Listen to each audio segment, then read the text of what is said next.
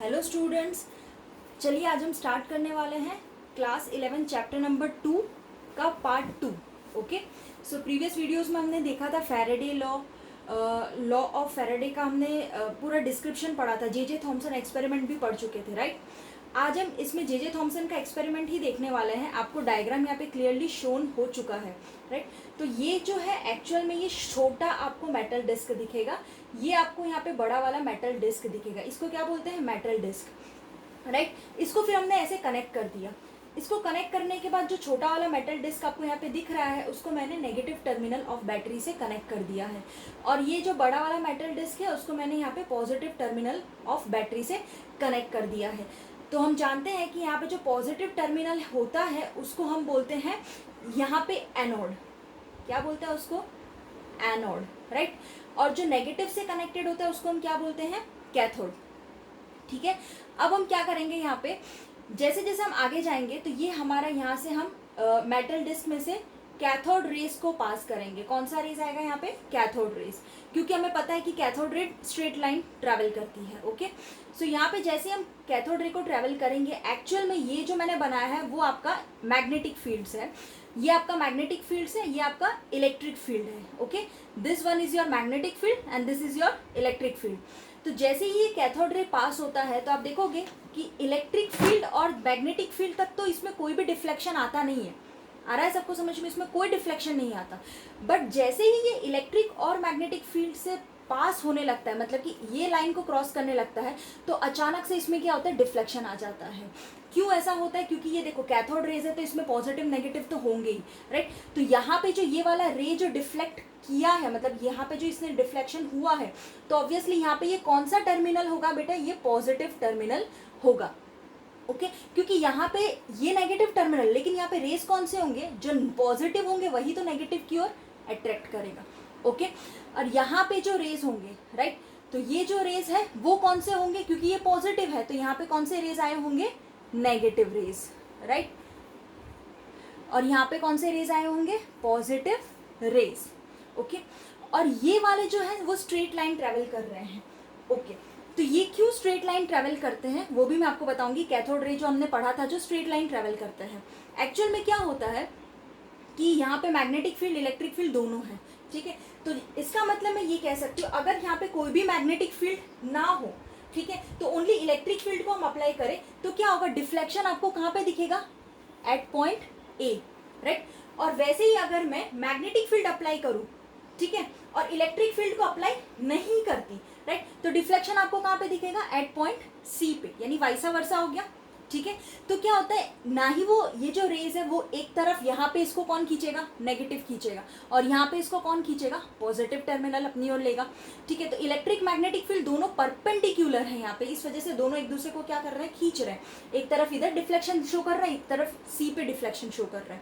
ठीक है, तो ये तो हो नहीं सकता, तो उसकी वजह से हमें क्या करना पड़ेगा? इलेक्ट्रिक एंड मैग्नेटिक फील्ड को इस तरह बैलेंस करना पड़ेगा ताकि रेज जो है वो क्या होंगे? स्ट्रेट लाइन ट्रेवल करेंगे। ओके, सो ये कंसेप्ट था हमारा E/m रेशियो का, जिसने कि जे थॉमसन ने ऑलरेडी बताया है। ओके, तो हमने क्या किया? इलेक्ट्रिक एंड मैग्नेटिक फील्ड को इस टाइप से बैलेंस किया, ना ही वो उधर खींचेगा ना ही इधर, तो स्ट्रेट लाइन आपका ट्रेवल करेगा। ओके, तो हमारे पास E/m रेशियो जो होता है, E/m रेशियो, ठीक है, ये आपको ध्यान रखना है। That is what?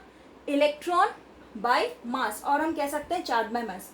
ठीक है, तो ये जो रेशियो होता है उसकी वैल्यू आपको ध्यान रखनी है 1.75 into 10⁻11 coulomb per KG, right. ये वैल्यू आपको ध्यान रखनी है। अब ये वैल्यू जो हमने पढ़ी है यहाँ पे, ये हमारा चार्ज बाय मास का रेशियो है, लेकिन रेशियो में है ये। अगर मुझे अलोन कैलकुलेट करना है चार्ज और मास, तो मैं इस एक्सपेरिमेंट से नहीं कर सकती कैलकुलेट। उसके लिए मुझे क्या करना पड़ेगा? नेक्स्ट एक्सपेरिमेंट लेना पड़ेगा, तो उस वहाँ पे हम पहुँचेंगे। लेकिन एक्चुअल में ये पूरा जो कैथोड रे का जो जे थॉमसन ने एक्सपेरिमेंट दिया था उसमें डिपेंडेंस भी है, कुछ कुछ चीज़ें वो मैं आपको बताने वाली हूँ, राइट। तो कौन कौन से डिपेंडेंस है यहाँ पे? जो सबसे पहला जो आता है वो मैग्नीट्यूड ऑफ चार्ज। सबसे पहला जो आता है वो है magnitude of charge. Magnitude of charge, right, यानी कि चार्ज के मैग्नीट्यूड पे डिपेंड करेगा। यानी कि क्या होगा कि that is inversely proportional to what?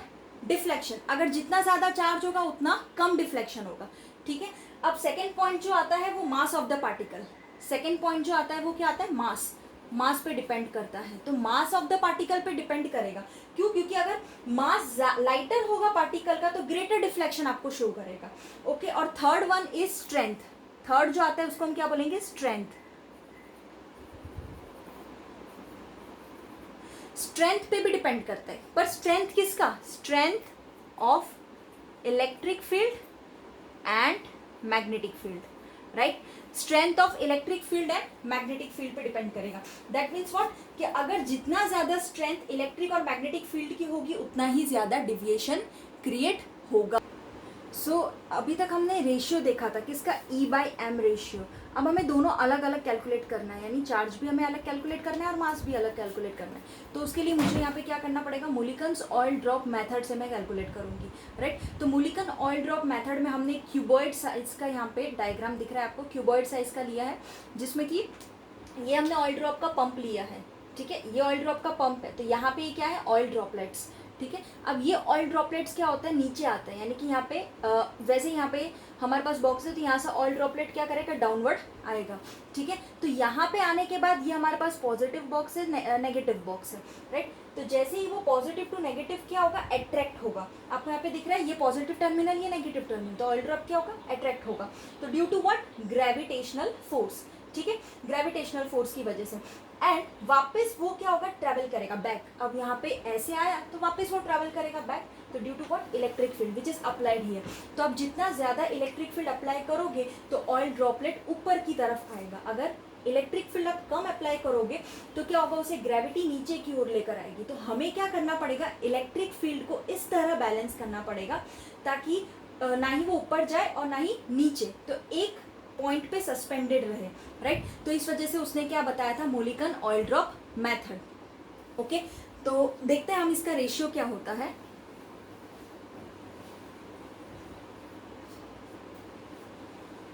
Electron